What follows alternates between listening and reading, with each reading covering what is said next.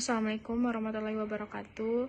Perkenalkan, nama saya Fedda Ridwan dengan nomor induk mahasiswa 130-2019-0325. Pada materi yang pertama kali ini, saya akan membawakan materi mengenai security attack atau serangan terhadap sistem keamanan jaringan komputer.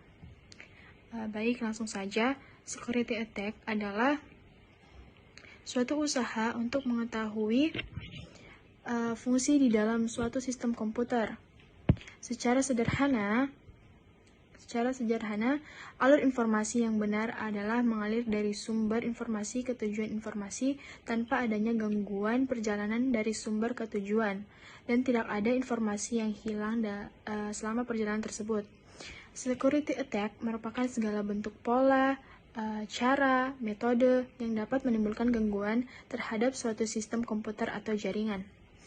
Baik, langsung saja kita masuk ke dalam bentuk-bentuk dasar dari security attack. Yang pertama itu adalah interruption atau interupsi layanan. Pola ini bekerja dengan menghancurkan suatu aset sistem sehingga tidak lagi tersedia atau tidak lagi bisa digunakan. Metode ini adalah serangan terhadap layanan availability system, yang pada serangan ini perangkat sistem akan menjadi rusak atau tidak tersedia lagi. Contohnya, perusakan suatu item hardware, terus pemutusan jalur komunikasi, disable suatu sistem manajemen file, dan denial of service attack. Pada serangan interruption bisa dilakukan, jadi serangan interruption itu bisa dilakukan terhadap komputer dan juga server. Serangan terhadap komputer biasanya dilakukan dengan merusak hard disk, memotong kabel dan lain sebagainya. Sedangkan serangan terhadap server berupa denial of service attack. Bentuk serangan denial of service awal adalah serangan yang pertama kali muncul pada tahun 1996 dan mengeksploitasi terhadap kelemahan yang terdapat di dalam protokol Transmission Control Protocol. Serangan-serangan lainnya akhirnya dikembangkan untuk mengeksploitasi kelemahan yang terdapat di dalam sistem operasi, layanan jaringan atau aplikasi untuk menjadikan sistem, layanan jaringan atau aplikasi tersebut tidak dapat melayani pengguna atau bahkan mengalami crash. Dalam sebuah serangan denial of service, si penyerang akan mencoba untuk mencegah akses seorang pengguna terhadap sistem atau jaringan dengan menggunakan beberapa cara, yaitu dengan cara traffic flooding atau membanjiri lalu lintas jaringan dengan banyak data sehingga lalu lintas jaringan lainnya yang datang dari pengguna yang terdaftar menjadi tidak dapat masuk ke dalam sistem jaringan. Yang kedua, teknik yang disebut dengan request flooding atau membanjiri jaringan dengan banyak request terhadap sebuah layanan jaringan yang disediakan oleh sebuah host sehingga request yang datang dari pengguna itu tidak terdaftar atau tidak dilayani lagi oleh layanan tersebut. Dan yang ketiga itu dengan cara mengganggu komunikasi antara sebuah host dan kliennya yang terdaftar dengan menggunakan banyak cara, termasuk dengan mengubah informasi konfigurasi sistem atau bahkan perusakan fisik terhadap komponen dan server. Bismillahirrahmanirrahim. Assalamualaikum warahmatullahi wabarakatuh. Perkenalkan, nama saya Fesa, Stambuk 130-2019-0303. Baik, di sini saya akan melanjutkan penjelasan materi dari rekan saya. Nah, bentuk kedua dari dasar security attack adalah interception atau pengalihan layanan. Interception atau pengalihan layanan merupakan ancaman terhadap kerahasiaan atau sekresi informasi yang ada di sadap atau orang yang tidak berhak mendapatkan akses ke komputer di mana informasi tersebut disimpan. Kemudian, intersepsi secara definisi merupakan penyikapan atau pembocoran informasi, pengaksesan aset informasi oleh orang yang tidak berhak, misalkan terhadap program atau komputer. Pola ini merupakan penyerangan terhadap layanan confidentiality, suatu arus atau aliran lalu lintas informasi. Nah, contohnya itu yang pertama, pencurian data pengguna kartu kredit, dan yang kedua, penyadapan atau wiretapping. Nah, bentuk ketiga yaitu modification atau pengubahan. Maksud dari pengubahan di sini ialah pihak yang tidak berwenang tidak saja berhasil mengakses, akan tetapi dapat juga mengubah aset informasi, atau bisa juga merupakan pengaksesan data orang yang tidak berhak, kemudian ditambah, dikurangi, atau diubah, setelah itu baru dikirimkan pada jalur komunikasi. Metode atau pola ini merupakan jenis serangan terhadap layanan integrity. Contohnya, yang pertama, mengubah isi dan website dengan pesan-pesan yang merugikan pemilik website. Dan yang kedua, mengubah suatu nilai file data. Itu saja yang dapat saya sampaikan. Lebih dan kurangnya mohon dimaafkan. Wassalamualaikum warahmatullahi wabarakatuh. Assalamualaikum warahmatullahi wabarakatuh. Perkenalkan, nama saya Andi Reski Amalia, Stambuk 130 2019 0379. Contoh-contoh penyerangan jenis modification. 1. Kejahatan yang berhubungan dengan nama domain atau domain name digunakan untuk mengidentifikasi perusahaan dan merek dagang. Namun banyak orang yang mencoba menarik keuntungan dengan mendaftarkan domain nama perusahaan orang lain dan kemudian perusahaan menjualnya dengan harga yang lebih mahal. Pekerjaan ini mirip dengan calocarchis. Istilah yang sering digunakan adalah cybersquatting. Masalah lain adalah menggunakan nama domain saingan perusahaan untuk merugikan perusahaan lain. Kasus mustikaratu.com. Kejahatan lain yaitu domain yang mirip dengan nama domain orang lain seperti kasus klik BCA. Istilah yang digunakan saat ini adalah typosquatting.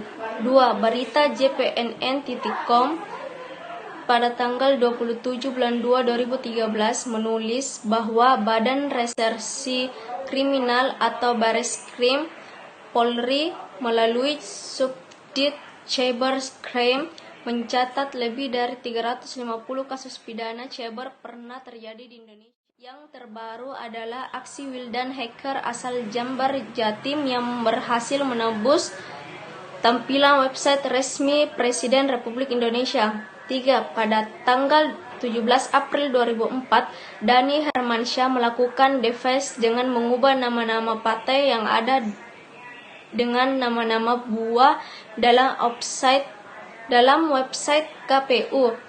Hal ini mengakibatkan kepercayaan masyarakat terhadap pemilu yang sedang berlangsung pada saat itu menjadi berkurang. Dengan berubahnya nama partai di dalam website, maka bukan tidak mungkin angka-angka jumlah pemilih yang masuk di sana menjadi tidak aman dan bisa diubah. 4.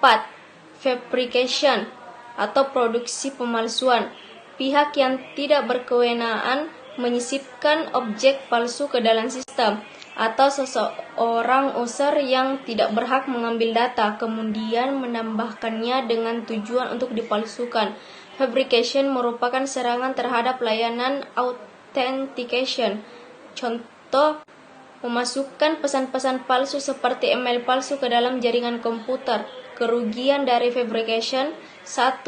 Jika korbannya adalah web e-commerce seperti Amazon.com, gagalnya sistem keamanan walau hanya beberapa menit atau jam akan sangat menurunkan income perusahaan.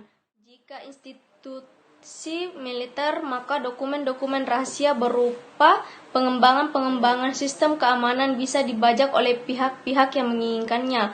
4. Jika organisasi politik atau pemerintah, bisa jadi rencana-rencana perkembangan diketahui oleh perusahaan saingan atau sistem di dalam dirusak sehingga mengganggu proses produksi. Mekanisme keamanan atau security mechanism. Mekanisme keamanan atau security mechanism merupakan mekanisme yang didesain untuk melakukan pendeteksian, pencegahan atau pemulihan dari suatu serangan keamanan. Untuk dapat mewujudkan layanan keamanan jaringan, pengembangan sistem dapat menggunakan mekanisme keamanan jaringan. Berikut ini adalah beberapa jenis mekanisme keamanan jaringan. Bismillahirrahmanirrahim. Assalamualaikum warahmatullahi wabarakatuh. 2019-03-04. Baiklah, di sini saya akan melanjutkan materi yang telah dibawakan teman saya. Encryption atau penyandian. Encryption merupakan mekanisme keamanan jaringan yang digunakan untuk menyembunyikan data. Mekanisme encryption dapat menyediakan layanan kerahasiaan data atau confidentiality, meskipun dapat juga digunakan untuk layanan lainnya. Kemudian, keutuhan data. Mekanisme keutuhan data digunakan untuk memastikan keutuhan data pada unit data atau pada suatu aliran atau stream data unit. Kemudian, digital signature.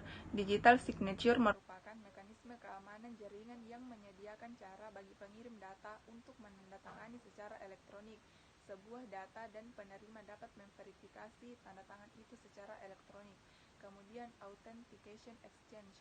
Mekanisme ini memberikan cara agar dua entitas dapat saling mengautentikasi dengan cara bertukar pesan untuk saling membuktikan identitas. Kemudian, traffic padding. Traffic padding menyediakan cara untuk pencegahan analisis lalu lintas data pada jaringan, yaitu dengan menambah data palsu pada lalu lintas data. Kemudian, routing control. Routing control menyediakan cara untuk memilih dan secara terus-menerus mengubah alur atau route pada jaringan komputer antara pengirim dan penerima. Mekanisme ini menghindarkan komunikasi dari penguping atau eavesdropper. Kemudian, notarisasi. Notarisasi atau notarization menyediakan cara untuk memilih pihak ketiga yang terpercaya sebagai pengendali komunikasi antara pengirim dan penerima. Kemudian, mekanisme kendali akses. Mekanisme kendali akses memberikan cara bagi pengguna untuk memperoleh hak akses sebuah data, misalnya dengan tabel relasi pengguna dan otoritasnya, atau kemampuan aksesnya. Baik, Assalamualaikum warahmatullahi wabarakatuh. Perkenalkan, nama saya Inka Prinilla dengan stambuk 130-2019-0317 dari Fakultas Ilmu Komputer Jurusan Teknik Informatika Universitas Muslim Indonesia.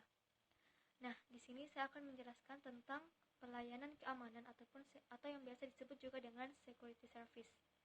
Adapun pelayanan keamanan atau security service ini adalah suatu pelayanan yang mampu meningkatkan keamanan dari sistem pemrosesan data dan transfer informasi dalam suatu organisasi.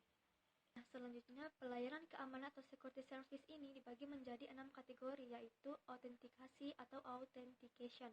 Nah, layanan autentikasi ini terbagi atas dua macam. Yang pertama disebut dengan autentikasi entitas atau entity authentication, di mana autentikasi entitas ini merupakan layanan keamanan jaringan yang memberikan kepastian terhadap identitas sebuah entitas yang terlibat dalam komunikasi data. Nah, adapun yang kedua disebut dengan autentikasi keaslian data atau data origin authentication, yang merupakan layanan yang memberikan kepastian terhadap sumber sebuah data. Nah, selanjutnya yang kedua itu adalah kendali akses atau access control, di mana kendali akses ini adalah layanan keamanan jaringan yang menghalangi penggunaan tidak terotorisasi terhadap sumber daya. Nah, selanjutnya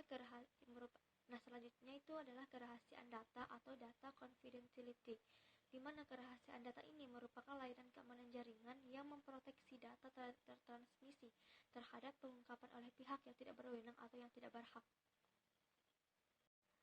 Nah, selanjutnya keutuhan data atau data integrity, yang merupakan layanan keamanan jaringan yang memastikan bahwa data yang diterima oleh penerima adalah benar-benar sama dengan data yang dikirim oleh pengirim. Nah, selanjutnya non-repudiation. Layanan non-repudiation ini adalah layanan keamanan jaringan yang menghindari penolakan atas penerima atau pengirim data yang telah dikirim. Nah, yang terakhir adalah ketersediaan atau availability.